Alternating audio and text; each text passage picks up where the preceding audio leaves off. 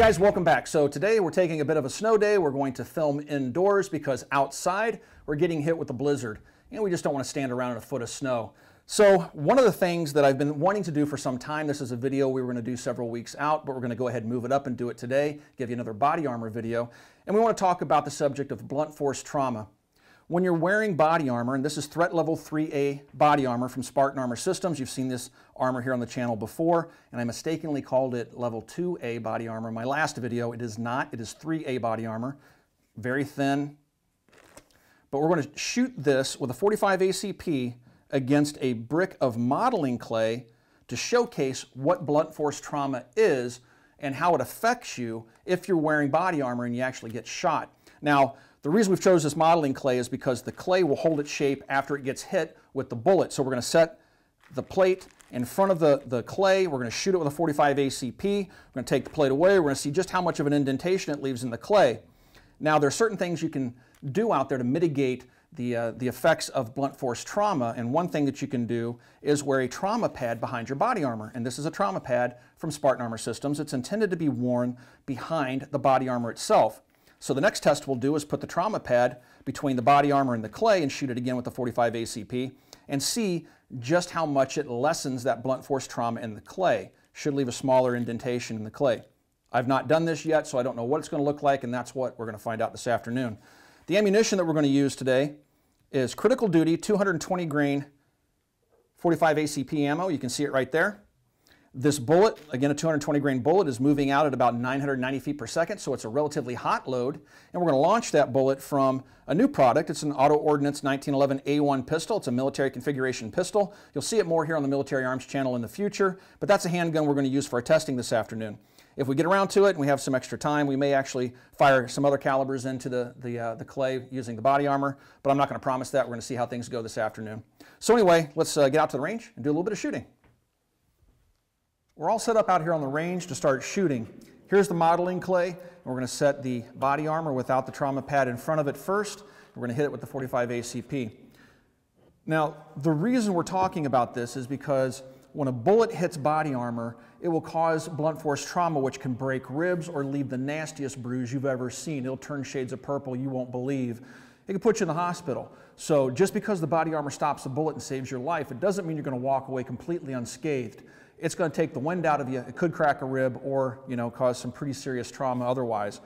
So we're going to show what this blunt force trauma pad can and cannot do. Again, I've never done this before, so we're going to do our first test with just the clay with the threat level 3A body armor from Spartan Armor Systems in front of it. We're going to hit it relatively low here with the 45 ACP round.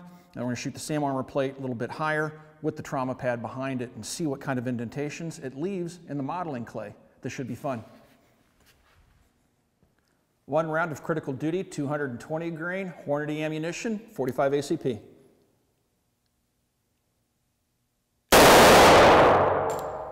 Check that out. You can see the bullet. Oh, that's awesome. That is wicked cool. Check that out, guys. That 45 ACP bullet just came to a stop and left the whole rear end of the bullet sticking out of the body armor. You can see some of the modeling clay squirted out from underneath here. I thought the plate would go flying, but okay. Now check that out. That is one very deep crater. Now modeling clay is considerably harder than human flesh, so this indentation isn't exactly representative of just how much it's going to push into the human body. That's actually pretty nasty. If that were to hit you in the ribs, it's going to break something, okay? So now let's try it again. We're going to shoot up here this time. We're going to put the trauma pad behind the body armor and see how much of that indentation goes away. Hopefully it protects you, because I wouldn't want to get hit with that personally. Wow.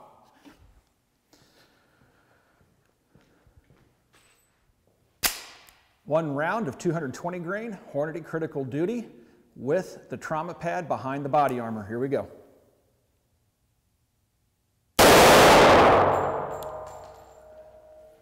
All right. Okay, so this is where that second round hit. Here's the first round. Externally, things look very similar. I peel this back. You can see the indentation here in the trauma pad, and there we go. All right, so you can definitely see a difference. This indentation with the trauma pad is not quite as deep as the original indentation. What I can do is take this measuring tape, look straight across, stick it into the deepest part of the crater, and that's just shy of 1.5 inches in. And here the same thing. It's just under 1 inch. So it looks like there's about a 1/2 inch difference in terms of how deep the blunt force trauma is with or without the trauma pad. So it definitely does make a difference. That's still going to hurt like all get out. I don't know how much pain and suffering that's going to save you, but it's definitely less trauma than what you would experience without the trauma pad. We take a look at the backside of this trauma pad. It's kind of interesting to see that it's definitely destroyed. The material in there feels broken down. Obviously, it's kind of shredded here. I think this is a use once and throw away type deal. On the face here, this is the side that was against the body armor. There's no real apparent damage. On the back side where it contacted the clay, definitely some damage. The back side of the plate, the indentations look the same, about the same depth. No differences there. So the trauma pad definitely did make a difference. How much of a difference? It's hard to say in terms of actual suffering you may have after being hit with a 45 ACP at about 5 yards or so. Pretty impressive to see. All right, we have one extra body armor panel here that's unused. We're going to go ahead and use it against a brand new block of modeling clay. And this time we're going to hit it with a 9mm load. In this case, we're going to use 135 grain Hornady Critical Duty, which is doing about 1,015 feet per second. I'm going to fire it out of my brand new SIG Mark 25 9mm. It's a P226. So let's get everything all set up here, and we'll see just how much of a difference the 9mm makes in terms of blunt force trauma as compared to the 45 ACP. This should be interesting too.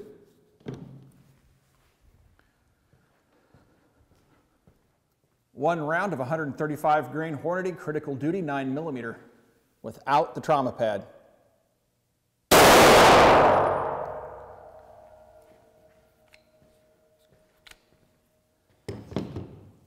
Well, that little 9mm dug in a little bit deeper. Let's see what kind of, that's stuck pretty good. Holy cow, it is really stuck. All right, so there we go. That's what the wound cavity looks like in the modeling clay from the 9mm load. Considerably less than the 45 ACP. All right, we'll try to hit it up here this time with the trauma pad, see how much of a difference it makes. Okay, here we go. Brand new trauma pad. We're going to set it here in front of the modeling clay. Put the body armor back in place. And shoot a little bit higher and see just how much of a difference it makes with the 9mm. One round, 135 grain Hornady Critical Duty with the trauma pad.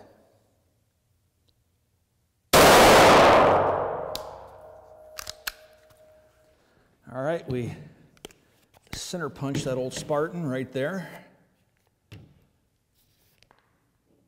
Backside, the indentations look about the same. The bulges on the back of the armor. Can definitely feel an indentation there. And oh yeah, definitely a noticeable difference between the two. Backside of the trauma pad this time isn't all torn up like it was with the 45. No damage on the front that was touching the armor. This is the side that was touching the clay. It's not all torn this time. And yeah, there's very much a noticeable difference here. The trauma pad definitely makes a difference. So it's about 3/4 of an inch deep without the trauma pad, and maybe 1/4 of an inch deep with the trauma pad. So it's hard to say again just how much this will save you in terms of pain and suffering should you be wearing body armor and get hit with a 9mm, but it's definitely making a difference. I would definitely want a trauma pad behind the armor if I took a hit based upon the results I've seen here this afternoon. Very interesting stuff. What else can we do? Do you guys remember this old girl from my last video? This is the Tokarev, and I fired it into 3A body armor last time around. I mistakenly called it 2A body armor, but this time we actually have 2A body armor. This is soft armor. This is probably the most common body armor worn in the United States, especially by police officers and so forth.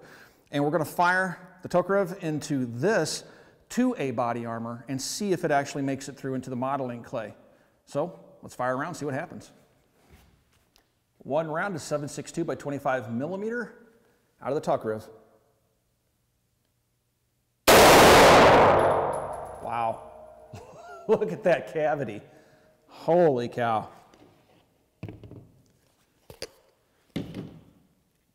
Well, it stopped it. That was the PPU ammunition. It made a mess out of the body armor. This is the armor we used in previous videos. That's where it hit. It stopped it. But look at that blunt force trauma. Wow. That's going to hurt. Leave a mark for sure. But now we know the commercial 7.62 by 25 can be stopped by threat level 2A body armor. There you go.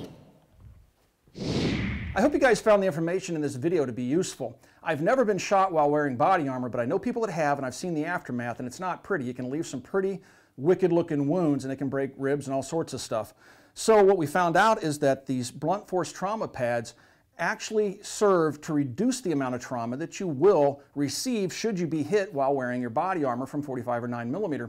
So it's probably a worthwhile investment. They're not all that expensive. They're certainly not very heavy. They're very lightweight. They don't weigh much at all. And it'll probably be a little bit more comfortable because they are very pliable than wearing just the body armor by itself. It doesn't increase the thickness much either. So it's probably a worthwhile investment if you wear body armor every day or if you work in a higher risk environment.